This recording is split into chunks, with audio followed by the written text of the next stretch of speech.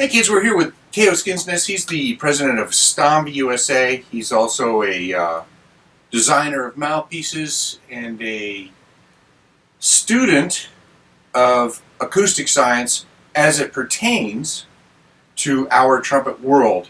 So we're going to have a little talk with him and try and find out some of the cool things that he knows about our trumpet world. First question for you. Oh, yeah. If I may, Mr. Ruff, before we get started, I want to say that when John first asked me to do a Hey Kids interview, of course I was flattered and honored, but I also realized that it's quite a burden when you think about the depth of his channel, the content he has on there already. It's tough to come up with something that would be meaningful. And one thing I thought of was, you know, they often say, when in Rome. So if I could just for a minute, I'll be right back.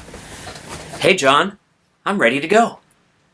It's good to see that you're in the spirit of the channel. That's very nice. Absolutely. I've watched every video on the channel more than once. Wow.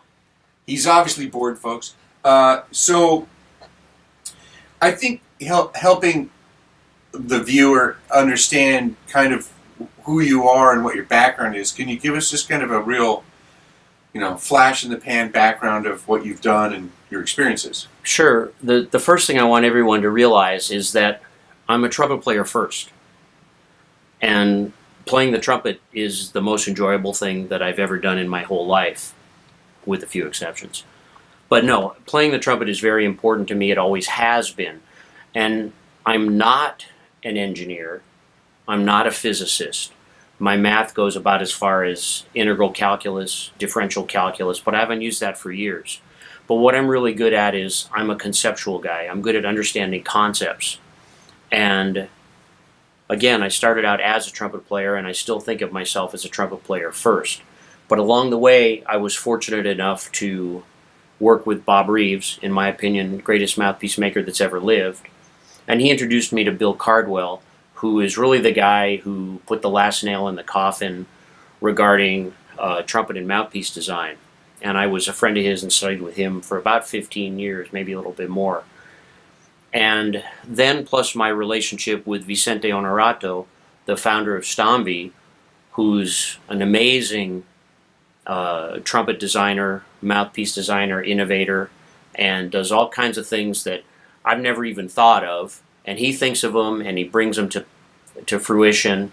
Putting all that together, plus I've always had a love of audio gear and loudspeakers and PAs, which if you think about it, loudspeaker design is very similar to trumpet design. There's horns involved, there's acoustics involved. All the things we think about in playing the trumpet happen in loudspeakers as well.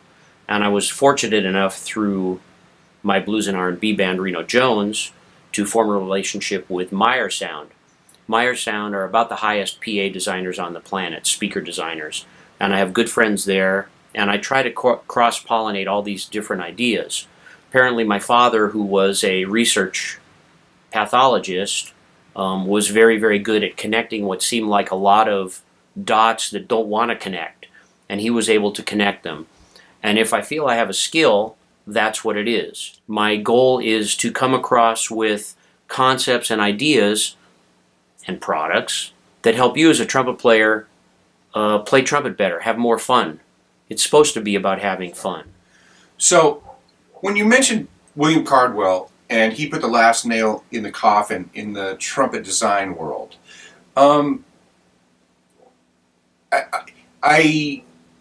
I really want you to kind of take a look at that and explain to us what you mean by that, and you know, in this consideration that there's all these new trumpet manufacturers out there making stuff, and so if he put the nail in the coffin of the design world, what are we seeing that's happening now, and if you can explain that. There's two ways as I see it to design a trumpet or design a mouthpiece. And I've been fortunate to have my hand in both. And one way is what I see as the most common way. And that is that you have a trumpet maker who gets together with a famous trumpet player, a respected trumpet player, someone who they feel plays very, very well, and they decide to design a trumpet together.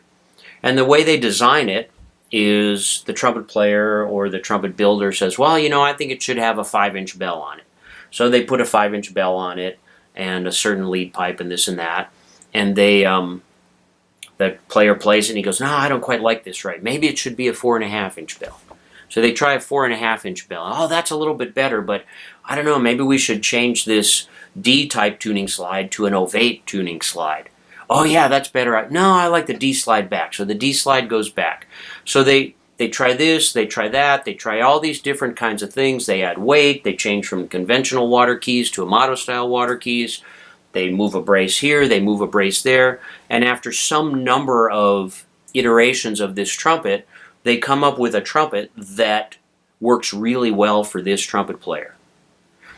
And then that becomes the model, and hopefully it works well for other players like you or me or anybody else as well.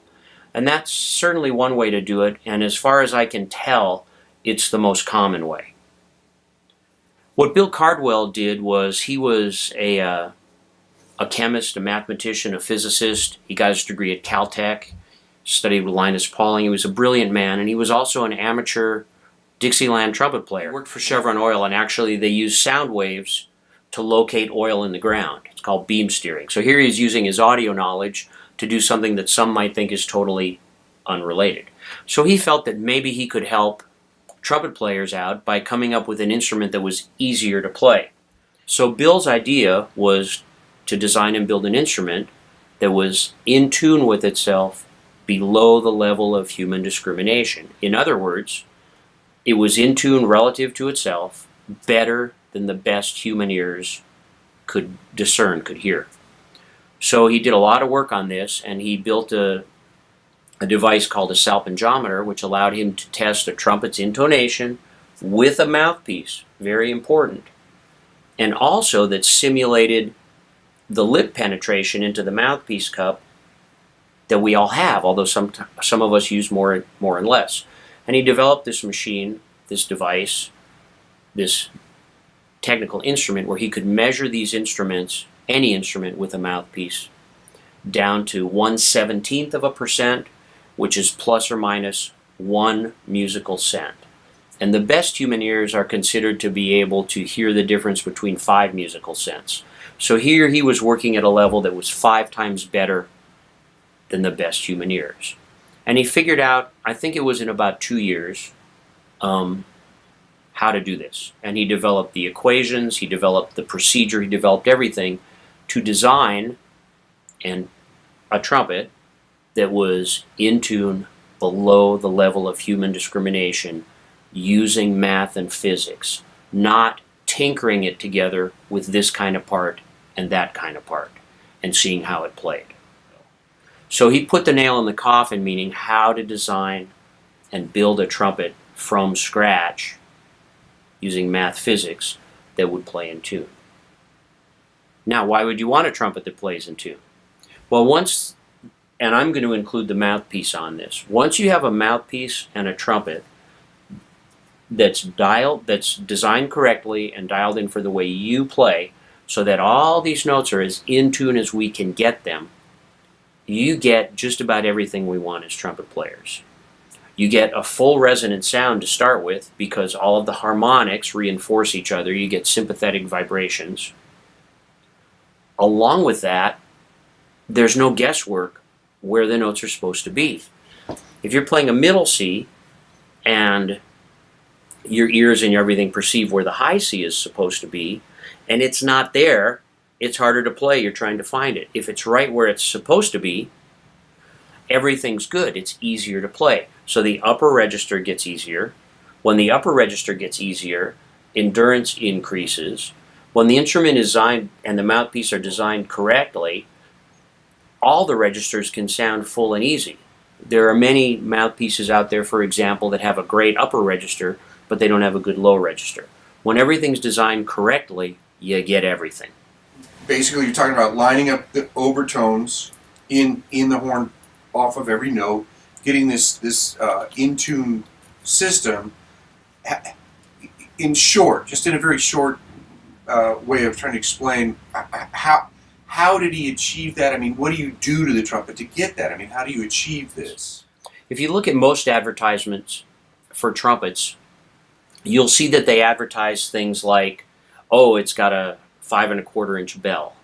Oh, it comes with both a rounded and an ovate tuning slide. Oh, it's got these kind of water keys. It's got braces here and braces there. These are all external factors. Well, the truth is, to get an instrument that plays well and is in tune, it's not about the type of bracing or the type of water keys or putting ferrules somewhere on the outside of the horn. It's about getting the air column tuned correctly. Sounds like a simple thing, and the definition of the air column is very simple. It's the air inside the tubes of a wind instrument. Well, that sounds pretty simple. However, it's a little bit more complicated. I'll try to make it simple, and you asked for short, ain't gonna be short. So the simplest air column that I can think of is a Coke bottle or a water bottle, whatever. A bottle that's got some water in it, and if you blow across the top, it's going to produce a tone. And that's caused by the air that's resonating in this Coke bottle. And it's a very simple air column. It's got basically one note that will resonate on it. And if you want the note to be lower, you drink more water, and the pitch would get lower.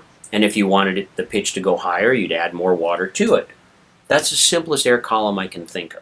Let's make the air column a little bit more complicated. Let's get a whole bunch of Coke bottles. Little Coke bottles, medium Coke bottles, really, really big Coke bottles. Let's fill them to different levels with the pitch, and let's put them in a church and call them a pipe organ.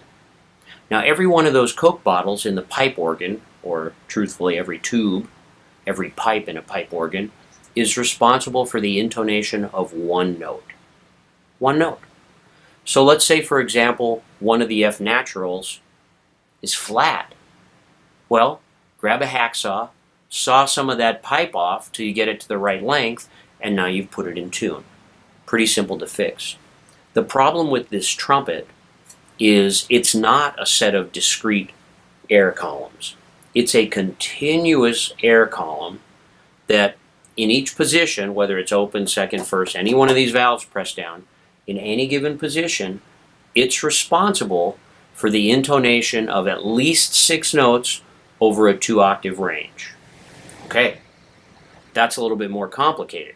What if the shape of this air column is all good, but the F natural's flat? We can't saw off part of the pipe that only affects the F natural. If we shorten the first valve for the F natural, it's also affecting the D, isn't it? And the B flat. And through other things it's called mode shifting, it can affect other notes that aren't even related to that. So it's the internal shape of this air column that determines how in tune the instrument is with itself.